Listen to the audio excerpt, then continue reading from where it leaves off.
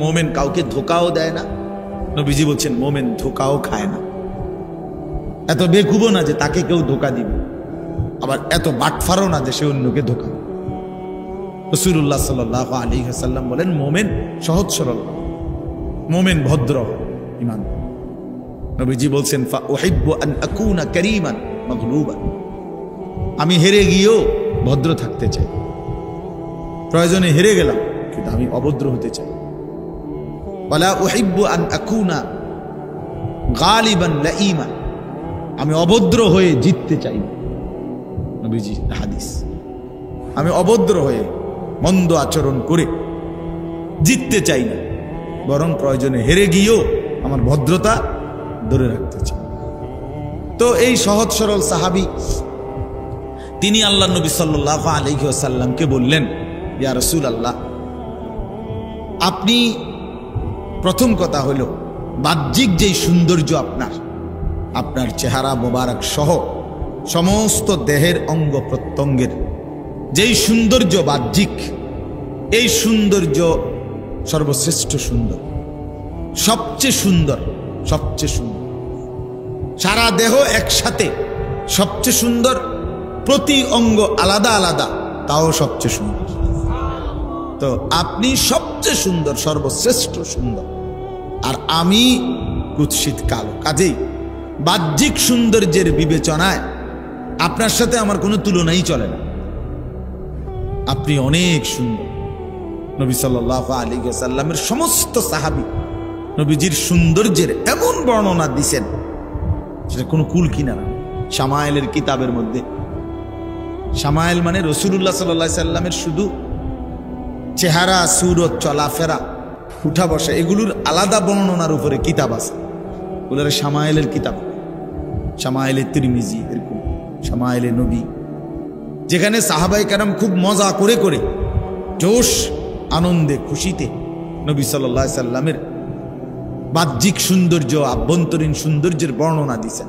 নবীজির নাক মোবারক কেমন ছিল, চোখগুলো দেখতে কেমন ছিল, দাঁত হাসলে কেমন দেখাইতো, ঠোঁট কেমন ছিল, নবীজি হাঁটলে কেমন মনে হইতো, নবী সাল্লাল্লাহু আলাইহি সাল্লামের হাতের আঙ্গুলগুলো কেমন ছিল, পায়ের গোছাটা কেমন ছিল, রাসূলুল্লাহ সাল্লাল্লাহু আলাইহি সাল্লামের বুকের পশমগুলো কেমন ছিল, মাথায় বাবরি চুল রাখলে কেমন দেখাইতো, নবীজি চাদর পরলে কিরকম হইতো, মাথায় খালি মাথায় থাকলে কেমন মনে হতো, সিথি কাটলে কেমন লাগতো।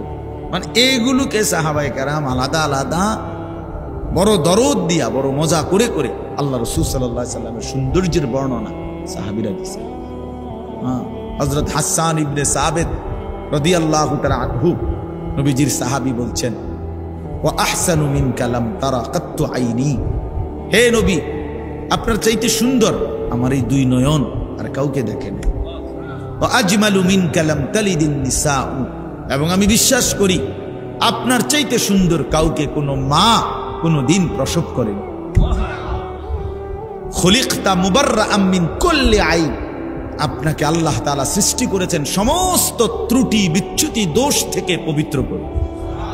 কাআন্নাকা কাদ খুলিকতা কামা তাশাউ, যেন আল্লাহ আপনাকে বানিয়েছেন মনের মতো, মনের মতো করে আল্লাহ আপনাকে সাজিয়েছেন, মনের মতো। রাসূলুল্লাহ সাল্লাল্লাহু আলাইহি সাল্লামের সৌন্দর্য বেমিসাল, তুলনাহীন। গোটা কায়নাতের আল্লাহ তাআলা সমস্ত সৃষ্টিকে যত সৌন্দর্য দিয়েছেন তারা দুই ভাগ। এক ভাগ ইউসুফ আলাইহিস সালামকে দিয়েছেন অর্ধেক, আর অর্ধেক বাকি সমস্ত সৃষ্টিকে দিয়েছেন। ইউসুফ আলাইহিস সালাম একাই অর্ধেক সৌন্দর্যের অধিকারী, আর বাকি সমস্ত সৃষ্টি অর্ধেক। ওই বাকি অর্ধেক দিয়ে এই ফুল এত সুন্দর, ফল এত সুন্দর, পাখি এত সুন্দর, মাছ এত সুন্দর, মানুষ এত সুন্দর, পুরুষ এত সুন্দর, নারী এত সুন্দর, আসমান এত সুন্দর, এই সব কিছু বাকি অর্ধেক। তাহলে সৌন্দর্যের প্রথম অংশ হলো দুই ভাগ, ইউসুফ আলাইহিস সালাম অর্ধেক, বাকি সৃষ্টি অর্ধেক। আর একা মুহাম্মদ সাল্লাল্লাহু আলাইহি ওয়াসাল্লাম পূর্ণ সবটা সৌন্দর্যের অধিকারী। वो खालिकियत में बेमिसाल, ये हुस्न सूरत में बेमिसाल। তিনি আল্লাহ যেমন সৃষ্টিকর্তা হিসাবে তুলনাহীন, ইনি মুহাম্মদ সৌন্দর্য আর রূপে গুণে তুলনাহীন। তুলনা। তো আল্লাহ নবী সাল্লাল্লাহু আলাইহি ওয়াসাল্লামের সাহাবীরা অনেক বর্ণনা আছে, অনেক নবীজিকে বলছেন, পূর্ণিমার চাঁদের দিকে তাকাইয়া বলছেন, ইয়া রাসূলুল্লাহ, আল্লাহর কসম আপনি পূর্ণিমার চাঁদের চাইতেও সুন্দর। হযরত কাব ইবনে মালিক বলেন, আমি তাকাইতাম, নবী হাসতেন, আমার কাছে মনে হইতো নবীজি হাসলে তার চেহারাটা কান্নাহু কিতাআতুম মিনাল কামার, এটা যেন চাঁদের একটা টুকরা। হযরত আবু হুরায়রা রাদিয়াল্লাহু তাআলা আনহু বলতেন, আল্লাহর নবী সাল্লাল্লাহু আলাইহি সাল্লাম যখন হাসতেন আমার কাছে মনে হইতো কান্না শামসা তাজরি ফি ওয়াজহিহি, সূর্য যেন তার চেহারায় খেলতেছে। এইভাবে বলতেন সাহাবা। এত সুন্দর ছিলেন, এত সুন্দর, এত সুন্দর ছিলেন। সমস্ত বিবেচনায় পৃথিবীর আমাদের ফুলচুয়ার হযরত, বাংলাদেশের এক বড় বুজুর্গ আল্লামা মুফতি আবু সাঈদ দামাত বারাকাতুহুমুল আলিয়া হযরত বলছেন, পৃথিবীর সমস্ত গবেষক যারা ছবি অঙ্কন, যারা আঁকে বিভিন্ন দৃশ্য, এই প্রতিযোগিতায়, অঙ্কন প্রতিযোগিতায় যারা পরীক্ষক, যারা সবচেয়ে সুন্দর ছবিটা নির্বাচন করে, এরকম সমস্ত পরীক্ষকও যদি একত্র করা হয় তো রাসূলুল্লাহ সাল্লাল্লাহু আলাইহি ওয়াসাল্লামের চেহারা, নবীজি সাল্লাল্লাহু আলাইহি সাল্লামের অঙ্গ প্রত্যঙ্গ যদি মাপে, বিচার করে, পরীক্ষা করে, তাইলে এটা এমনই হবে যে প্রতিটা অঙ্গ সবচেয়ে সুন্দর, শ্রেষ্ঠ সুন্দর। নাক, এরপরে আর বলে না এখান দিয়ে একটু দূর বেশি হলে ভালো হইতো, এখান দিয়ে একটু গোশত বাড়াই দিলে ভালো হইতো না। হযরত বলেন, আল্লাহ রাসূল সাল্লাল্লাহু আলাইহি সাল্লামের নাক পরীক্ষা করার পরে তাদের সারা পৃথিবীর সমস্ত গবেষক এটাই বলতে হবে, একটা পূর্ণ সবচেয়ে সুন্দর নাক হওয়ার যা যোগ্যতা, যা বৈশিষ্ট্য দরকার, এটা মুহাম্মদুর রাসূলুল্লাহর নাকের মধ্যেই ছিল। নবী সাল্লাল্লাহু আলাইহি সাল্লামের চোখই পূর্ণাঙ্গ, নবীজির কানেই পূর্ণাঙ্গ, নবীজির ঠোঁটে পূর্ণাঙ্গ, সব কিছু। অর্থাৎ এরপরে আর সুন্দর বানানোর কিছু নাই, আর কিছু নাই। এত সুন্দর ছিলেন, এত সুন্দর ছিলেন। তো এই সাহাবী বলতেছেন, ইয়া রাসূলুল্লাহ, আপনার সৌন্দর্যের সামনে আমি তো কুৎসিত কালো, আমার কোনো তুলনাই চলে না, আপনি সর্বশ্রেষ্ঠ সুন্দর বাহ্যিক দিক দিয়ে।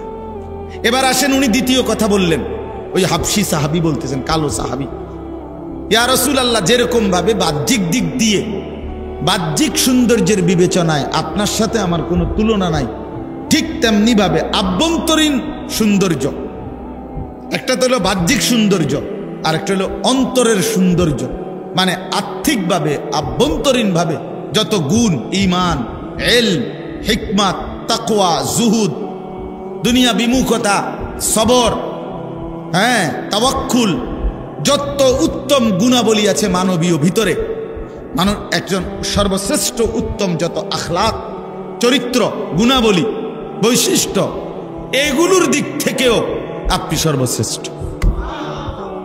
বুইসতু লিউতাম্মিমা মাকারিমাল আখলাক। আল্লাহ নবী সাল্লাল্লাহু আলাইহি ওয়াসাল্লাম বলেন, সমস্ত চরিত্রের পরিপূর্ণতা দানের জন্যই আমি রাসূল আল্লাহর পক্ষ থেকে আবির্ভাব হয়েছি। ক্ষমা, সর্বশ্রেষ্ঠ ক্ষমা কেমন হয় এটা রাসূলুল্লাহ সাল্লাল্লাহু আলাইহি ওয়াসাল্লামের মধ্যে ছিল। ধৈর্য, সর্বশ্রেষ্ঠ ধৈর্য কেমন হইতে হয় নবীজির মধ্যে ছিল। পরোপকার, সর্বশ্রেষ্ঠ কেমন হওয়া উচিত নবীজির মধ্যে ছিল।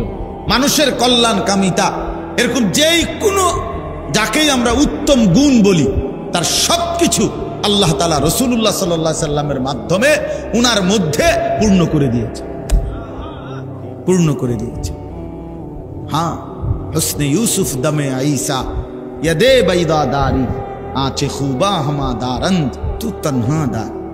আল্লামা ইকবাল বলছেন, হে নবী, ইউসুফের সৌন্দর্য, মুসার মুজিজা, ঈসার মুজিজা, এভাবে ১৬ লক্ষ নবী রাসূলের সমস্ত গুণ, বৈশিষ্ট্য যদি আপনি একা আপনার মাঝে খুঁজি, তু তনহা দারি, আপনি একাই সব নিয়ে আছেন, আপনি একাই সব বৈশিষ্ট্য।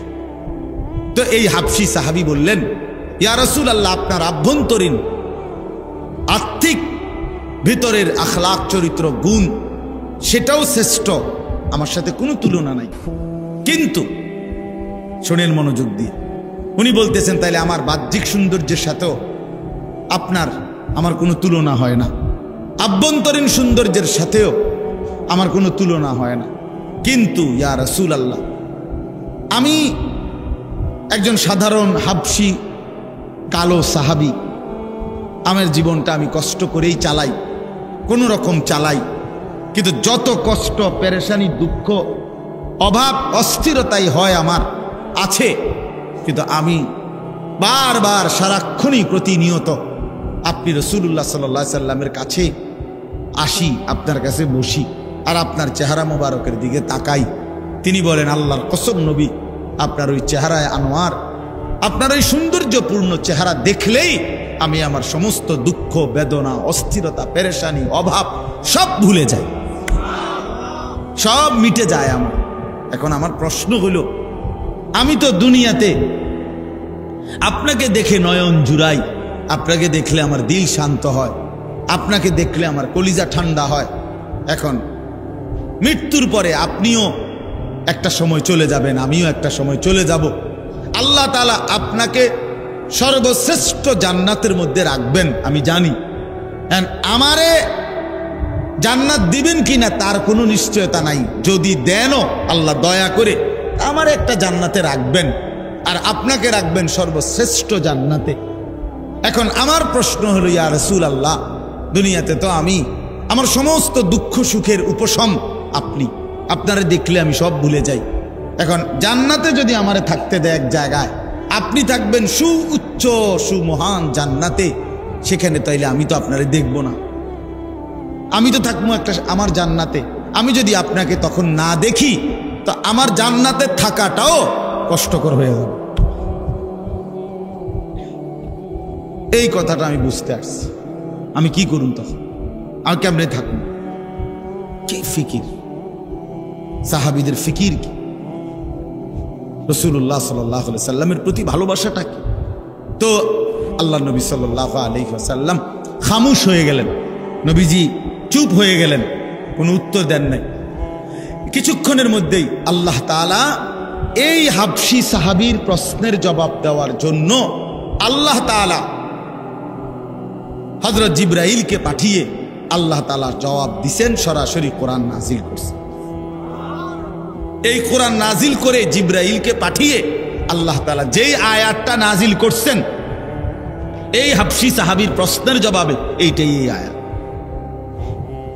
সূরা নিসার এই 69 নম্বর আয়াত, যেটা আমি পড়ছি। আল্লাহ তাআলা বললেন, বন্ধু পরে বলেন, ব্যবস্থা আছে। কি আছে? ব্যবস্থা আছে।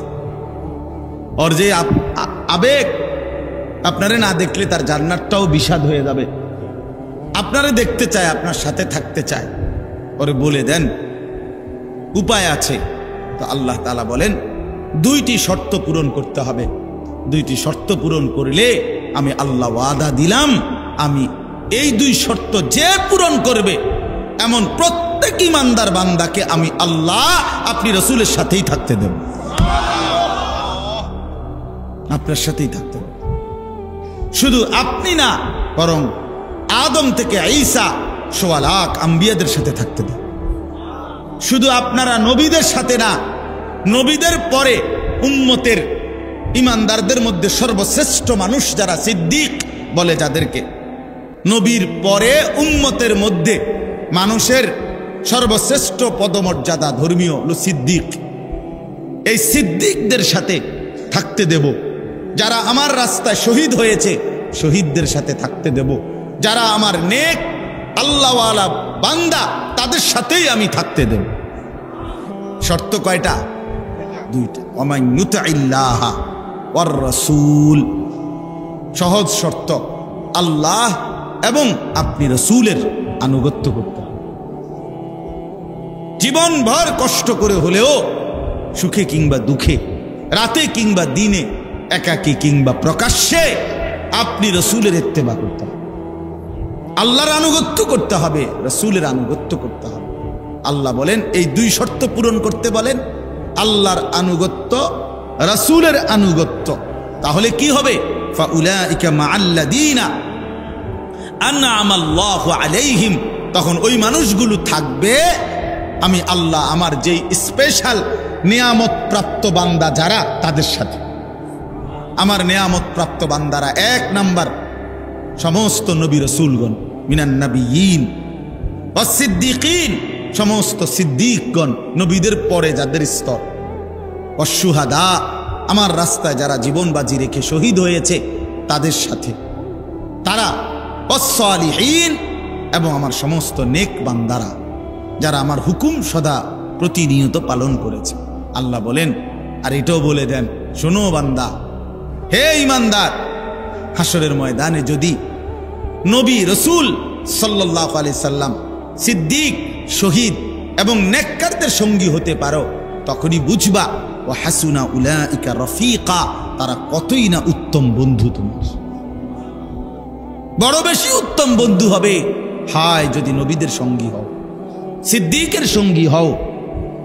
যদি দেখো ওই যে আদম, ওই যে মুসা, ঈসা, ওই যে নূহ আলাইহিস সালাম, ওই যে আমার হাবিব, ওই যে দেখো আবু বকর, ওমর, ওসমান, আলী, ওই যে দেখো আবু হানিফা, শাফিঈ, হাম্বলি, দেখো আব্দুল কাদের জিলানী, বাইজিদ বুস্তামি, জুনায়েদ বাগদাদি, এই মহান মানুষগুলোকে যদি পাও তোমার আশেপাশে, তুমি যদি তাদের সঙ্গী হইতে পারো, আল্লাহ নিজে বলতেছেন, বিশ্বাস করো বান্দা, সেটা হবে তোমার বড় উত্তম শ্রেষ্ঠতম বন্ধু, শ্রেষ্ঠতম বন্ধু। তাহলে কি বুঝা গেল? আল্লাহ তাআলা বললেন আল্লাহর আনুগত্য করো, রাসূলের আনুগত্য করো, তাইলে রাসূলের সঙ্গেই জান্নাতে থাকবে। মজার বিষয় হলো, শুনেন, এই হাবশী সাহাবী, ওই যে বেটা জিগাইছে, উনি উত্তর পাইছে কিনা কথা বলেন না? তো উনি এরপরে আরেকটা প্রশ্ন করছে। উনি এক কথা বলার পরে আবার বলছে নবীজি, আচ্ছা ইয়া রাসূলুল্লাহ, তাইলে আমি বুঝলাম আপনার আনুগত্য যদি আমি পূর্ণ করতে পারি তাইলে আমি আপনার সঙ্গী হব, আপনার সাথে পাবো, আপনারে দেখবো, পাবো। কিন্তু আমার আরেকটা জানার বিষয় হলো, ইয়া রাসূলুল্লাহ, আমাদের আল্লাহকে দেখা আর আপনি আল্লাহকে দেখা একরকম না। তো আপনি যখন আল্লাহকে দেখবেন জান্নাতে, আল্লাহর দিদার হবে আপনার আল্লাহর সাথে, তখন আমারে সাথে রাখবেন নি? এটা কর, তখন আমারে সাথে রাখবেন কিনা? তাফসীরে আছে যে উনি এবারে এইটা জিজ্ঞাসা, তখন আমারে সাথে, আপনি যখন আল্লাহকে দেখবেন আমারে দেখতে দিবেন, আমারে সাথে রাখবেন। সাল্লাল্লাহু আলাইহি ওয়াসাল্লাম বললেন, সাহাবী আমি ওয়াদা দিলাম আমি তখনও তোমাকে সাথে রাখব। আল্লাহর নবীর এই সাহাবী, তাফসীরে আছে, এরপরে উনি একটা চিৎকার দিছে এই জাগাত বৈশা, একটা চিৎকারেই তিনি ঘুরে পড়ে ইন্তেকাল করেছেন, জীবন দিয়ে খুশিতে। নিকাল যায় দম তেরে কদমোं के नीचे, यही दिल की हसरत, यही दिल की आरज़ू। হে প্রিয়, আপনার জন্য আপনার কদমের নিচে জীবন দিয়ে দিলাম, এটাই দিলের তামান্না ছিল, এটাই দিলের আকাঙ্ক্ষা ছিল। আমার ভাই, আয়াতের শানে নুজুল বলা শেষ হয়ে গেল, এবার খোলাসা কথা কি, এটা বললেই শেষ কথা।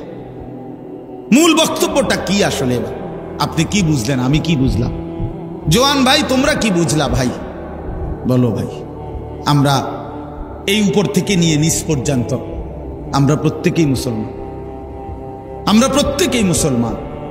আমাদের আল্লাহ, আমাদের নবী মুহাম্মদুর রাসূলুল্লাহ সাল্লাল্লাহু আলাইহি ওয়াসাল্লাম, আমাদের কিতাব কোরআন, আমাদের ধর্ম ইসলাম, আমাদের রব আল্লাহ, আমাদের নবী মুহাম্মদুর রাসূলুল্লাহ, আমাদের কিতাব কোরআন, আমাদের ধর্ম কি ইসলাম।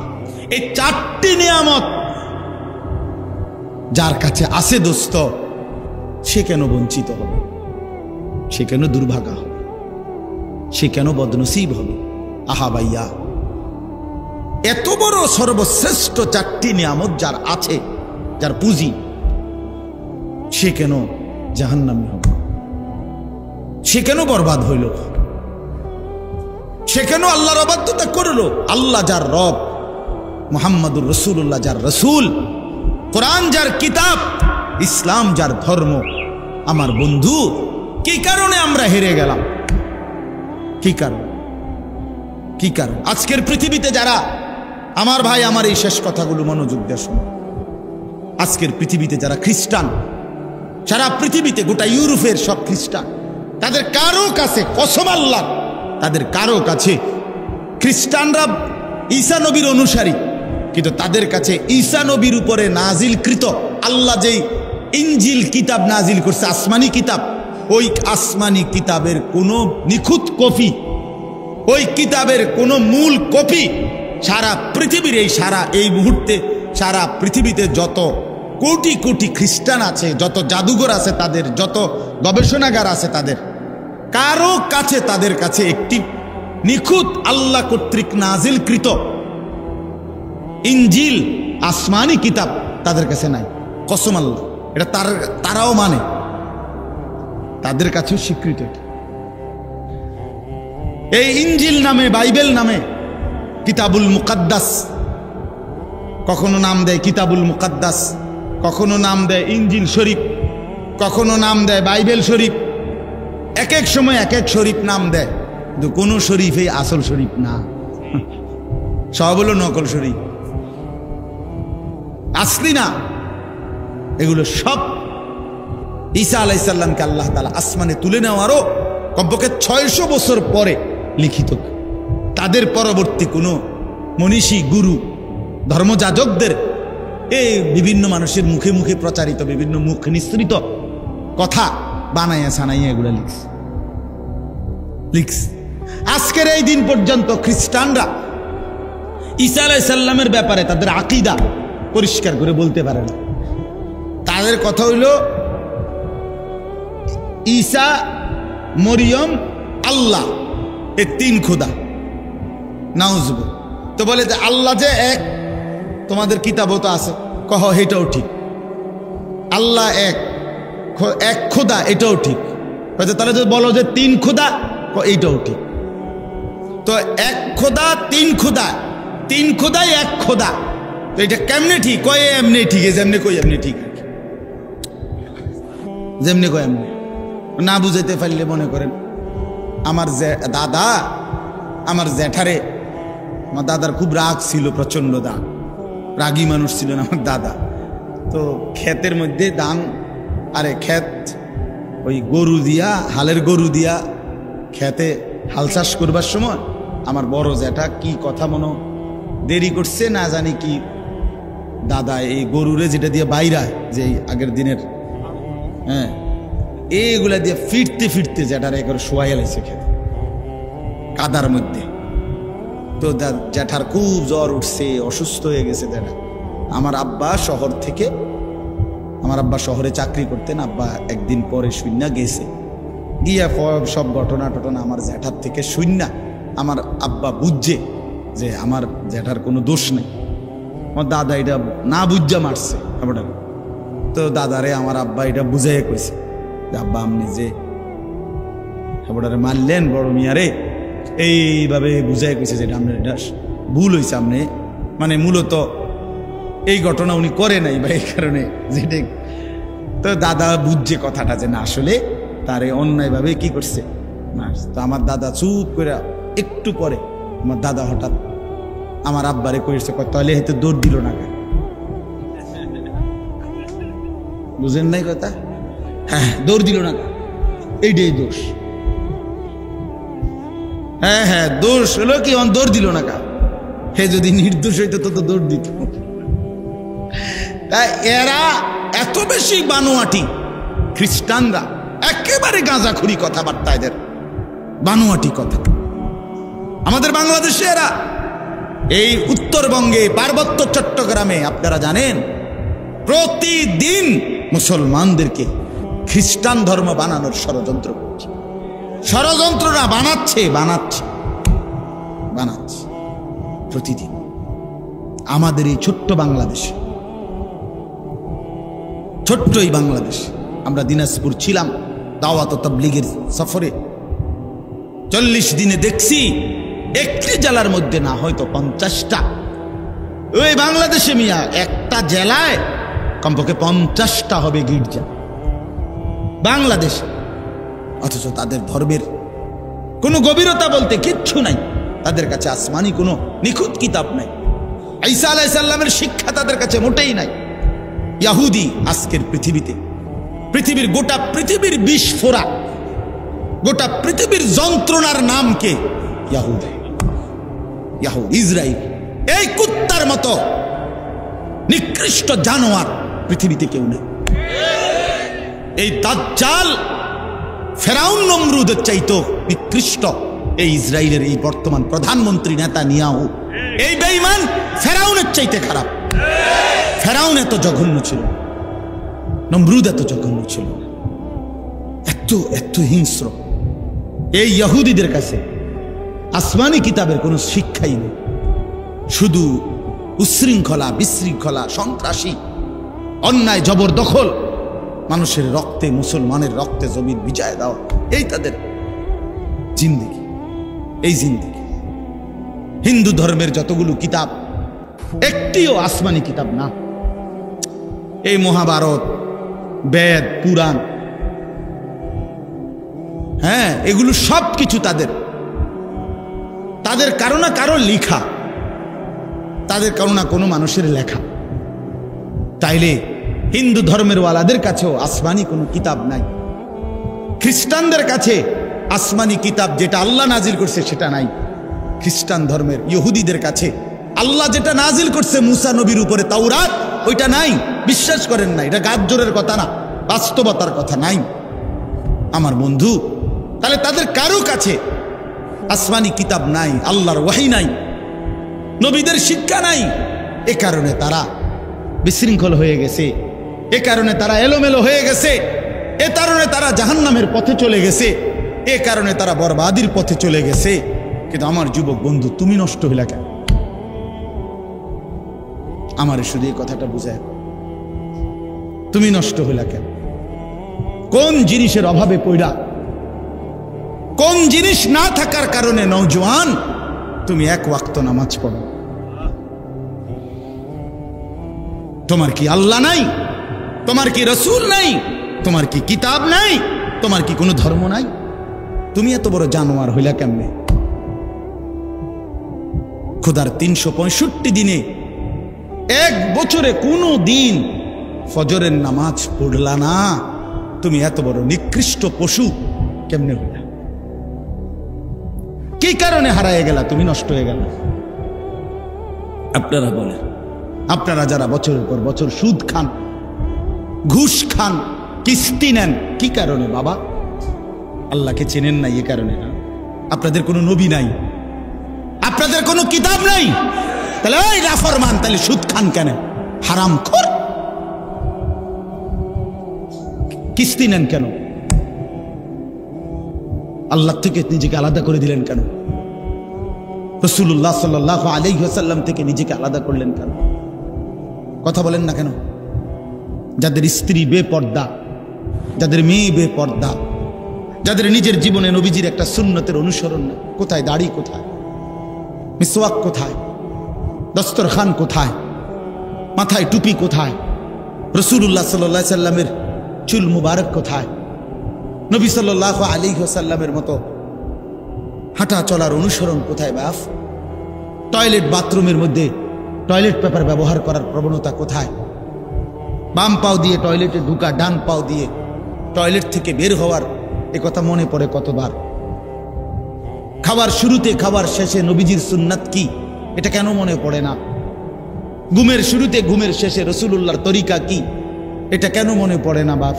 এই সব কিছুতে নবীজির বিরোধিতা। সেই আপনি ইনসাফের সাথে বলেন, আপনি কেমনে সুপারিশ পাবেন? আমার ভাই, রাগ হইয়েন না। ওই সুন্নি ওয়াহাবি লইয়া ঠেলাঠেলি আপনি রাখেন না, আপনি এমনি আগে বুঝ করেন না। আপনি আমার তরিকাভুক্ত হওয়ার দরকার নাই তো, আমার গাড়িতে এত মানুষের জায়গা নাই। আপনি ইনসাফের সাথে বলেন, রাসূলুল্লাহ সাল্লাল্লাহু আলাইহি ওয়াসাল্লামের সাথে সামনে কিভাবে দাঁড়াবেন? ফাকাইফা ইদা জিনা মিন কুল্লি উম্মাতিন বিশাহীদ, এই সূরাতে আছে না, জিনা বিকা আলা হাউলাই শাহীদা। সূরা নিসার 40 নম্বর আয়াত। আল্লাহ রাব্বুল আলামিন বলেন, বন্ধু সমস্ত নবীদেরকে আমি আল্লাহ ওই নবীর উম্মতের আমলনামা ওই নবীদেরকে সামনে রেখেই পেশ করব। আর আপনাকেও ওয়াদা দিলাম বন্ধু, আপনার উম্মতের আমলনামাও আপনাকে সামনে রেখেই খুলব, আপনার সামনে খুলব। আপনার উম্মতের প্রত্যেকের আমলনামা আপনি চোখে দেখবেন, আপনারে দেখাইয়া বন্ধু আমি আল্লাহ ফয়সালা করব। আল্লাহর নবী উম্মতের আমলনামা দেখবেন, উম্মতের আমলনামা দেখে যদি আল্লাহর নবী পৃষ্ঠার পর পৃষ্ঠা উল্টায়, আর যদি দেখে উম্মত 30 বছরের ভিতরে কোনোদিন 5 ওয়াক্ত নামাজ পড়ো নাই,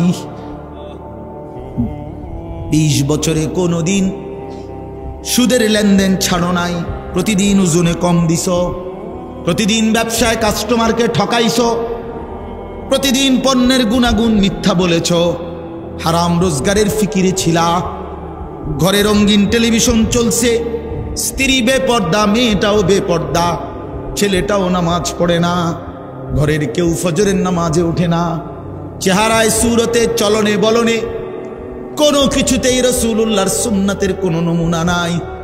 আল্লাহর নবী খোদার কসম চোখের পানি ফেলে দিবেন। আল্লাহর নবী বলবেন, উম্মত আমার 23টা বছরের এই রক্ত পানি করা মেহনত বিনিময়ে এটা আমার সামনে কি আনলা উম্মত? আমার মতো এত বড় শ্রেষ্ঠ নবী, আমার মতো এত বড় শ্রেষ্ঠ রাসূলকে তুমি এতটুকু মূল্যায়ন করলা না। এর চাইতে দামি কারে দিলে তুমি মূল্যায়ন করতা? এর চাইতে দামি কোন কিতাব দিলে তুমি মূল্যায়ন করতা? এর চাইতে দামি কোন রাসূলকে দিলে তুমি মূল্যায়ন করতা? বলেন, আমাদের নবীর চাইতে শ্রেষ্ঠ কে? আমাদের কোরআনের চাইতে শ্রেষ্ঠ কে? আমাদের ইসলামের চাইতে শ্রেষ্ঠ কে বন্ধু? তাইলে এতগুলো শ্রেষ্ঠ জিনিস দিও তোমার মন ভরাইতে পারলো না। ওফো, কি পরিমাণ গাদ্দার, কি পরিমাণ গাদ্দার! এই নাফরমান, কি পরিমাণ গাদ্দার তুমি! যুবক ছেলেরা, তোমরা যারা নামাজ পড়ো না, হ্যাঁ, তোমরা নিকৃষ্ট গাদ্দার, একেবারে নিকৃষ্ট মানুষ, একেবারে নিকৃষ্ট মানুষ, অসভ্য মানুষ, জন্তু জানোয়ার এত খারাপ না, বেনামাজি যত নিকৃষ্ট। বেটা কুকুর, বিড়াল, গরু, ছাগল এত নিকৃষ্ট না। না বেটা, এত ফালতু না। কুত্তা আল্লাহর নাফরমানি করে না, বিড়াল আল্লাহর নাফরমানি করে না, শুকর আল্লাহর নাফরমানি করে না। ওরে আল্লাহ বানাইছে যেমন, ওই আছে হেমন, ওর নাফরমানি কি? আমার কথা বলেন না কেন? কুকুরের কোনো হালাল হারাম আছে? বিড়ালের জন্য কোনো হালাল হারাম আছে? তো হে নাফরমানি কি তা তুমি করলাটা কি? ফাবিআইয়ি হাদিসিন বা'দাহু ইউমিনুন। বন্ধু আমার, কোরআনুল কারীমের মধ্যে আছে, আল্লাহ বলেন, অনেকক্ষণ আল্লাহ তাআলা জাহান্নামীদের কথা বলতে বলতে আল্লাহ একটা পর্যায়ে একটা সূরার লাস্ট আয়াতে আল্লাহ বললেন, বান্দা ফাবিআইয়ি হাদিসিন বা'দাহু ইউমিনুন, আমার বান্দা এরপরে আর কোন কথা বললে তুমি ঈমান আনতা? আল্লাহ আফসোস করে, আমার বান্দা আর কেমনে বললে, আমি আল্লাহ আর কেমনে বললে তুমি ঈমান আনতা? আমি আর কি দিলে ঈমান আনতা? আমি আল্লাহ তোমারে সব কিছু দিলাম, আমি রসুল দিলাম, আমি কোরআন দিলাম, আমি ইসলাম দিলাম, বিনিময়ে আমি কিছুই পাইলাম না, একটা সেজদাও পাইলাম না, একটা সেজদাও পাইলাম। আল্লাহ আমাদেরকে মাফ করে দেন, আল্লাহ আমাদেরকে বুঝ দান করে। যুবকরা, বয়স্ক চাচারা, বাবারা, জিন্দিগিটা শেষ করে দিয়ে রাসূলুল্লাহ সাল্লাল্লাহু আলাইহি সাল্লামের অনুসরণ ছাড়া খোদার কসম সুপারিশ মিলবে না। এত রং না বাপ, সুপারিশটা আপনারা যারা মনে করছেন মামুর বাড়ি, হ্যাঁ না, আছে নবীজির সুপারিশ হাউজে কাউসারের পানি, ইডি জিলাপি দিয়া, বিরিয়ানি দিয়া না, খিচুড়ি দিয়া না, রাগ হওয়ার সুযোগ নাই। হ্যাঁ, প্রতারিত হইয়েন না, আপনি আমার দলভুক্ত হনের দরকার নাই, আপনি আপনার জায়গাতে থাকেন। আমনে আমনের তরিকাতেই থাকেন, কিন্তু ধোকা খাইয়েন না, ধোকা খাইয়েন, ধোকা খাইয়েন, প্রতারিত হইয়েন। শুধু গান, শুধু গজল, শুধু ঢোল, শুধু ফুল, শুধু মিছিল, শুধু স্লোগান, হ্যাঁ, শুধু জিলাফি, শুধু বিরানি না বন্ধু। এত বড় শ্রেষ্ঠতম রাসূল 23 বছরে এই সামান্য এই কয়েকটা বিষয়ের জন্য আমাদের কাছ থেকে চেয়ে নবীজি আমাদের কাছ থেকে ভালোবাসার দাবিতে কয়টা বিরানি আর কয়টা জিলাফি আর কয়টা খিচুড়ি, আর আমরা নবীর জন্য একটা গাড়িতে ফুল লাগাবো আর কিছু প্লে কার্ড দিয়ে আমরা স্লোগান দেব, চিৎকার দেব, হই হুল্লুর করবো। খালাস, 23 বছরের রাসূলুল্লাহ সাল্লাল্লাহু আলাইহি ওয়াসাল্লামের মেহনতের হক আদায় হয়ে গেছে তো? এটা ইনসাফ বলে? তাইফের রক্তের বদলা হলো তো? উহুদের দান দান শহীদের বদলা হলো তো? পেটে পাথর বাঁধা এই ক্ষুধার কষ্টে এটার হক আদায় হয়ে গেছে তো? তাইলে তাইলে কিতা সুন্নি, কিতা ওয়াহাবি, কিতা হ্যাঁ, কিতা আসলে কে লাগাই দিল? এটা কে লাগাই দিল? কি লাগাই দিল? যদি সুন্নি মানে হয় রাসূলুল্লাহ সাল্লাল্লাহু আলাইহি সাল্লামের সুন্নাত ওয়ালা, তো এটাও তো মুমিনের হওয়া দরকার। যদি ওয়াহাবি অর্থ তো হলো আল্লাহ ওয়ালা, আল্লাহর নাম এটা ওয়াহাব, তো আল্লাহ ওয়ালাও তো মুমিনের হওয়া দরকার, নবী ওয়ালাও তো মুমিনের হওয়া দরকার। আল্লাহ তো বলছেন ওয়া মান ইউতিল্লাহ ওয়ার রাসূল, আল্লাহর আনুগত্য যে করবে, রাসূলের আনুগত্য যে করবে, তো এক মুমিন তো আল্লাহ ওয়ালাও হওয়া দরকার, নবী ওয়ালাও হওয়া দরকার। কথা বলে, নামাজ পড়বেন আল্লাহর হুকুম, অনুসরণ করবেন রাসূলের তরিকা, রোজা রাখবেন আল্লাহর হুকুম, কিন্তু অনুসরণ করবেন রাসূলের তরিকা। সোজা হিসাব, সোজা হিসাব। এই জন্য আপনাদের কাছে আমার অনুরোধ, মেহেরবানি করে ছেলেরা, বাবারা, পর্দার আড়ালের মা বোনরা সবাই মিলে সিদ্ধান্ত, এত বোকা হইয়েন না, এত বোকা হইয়েন না।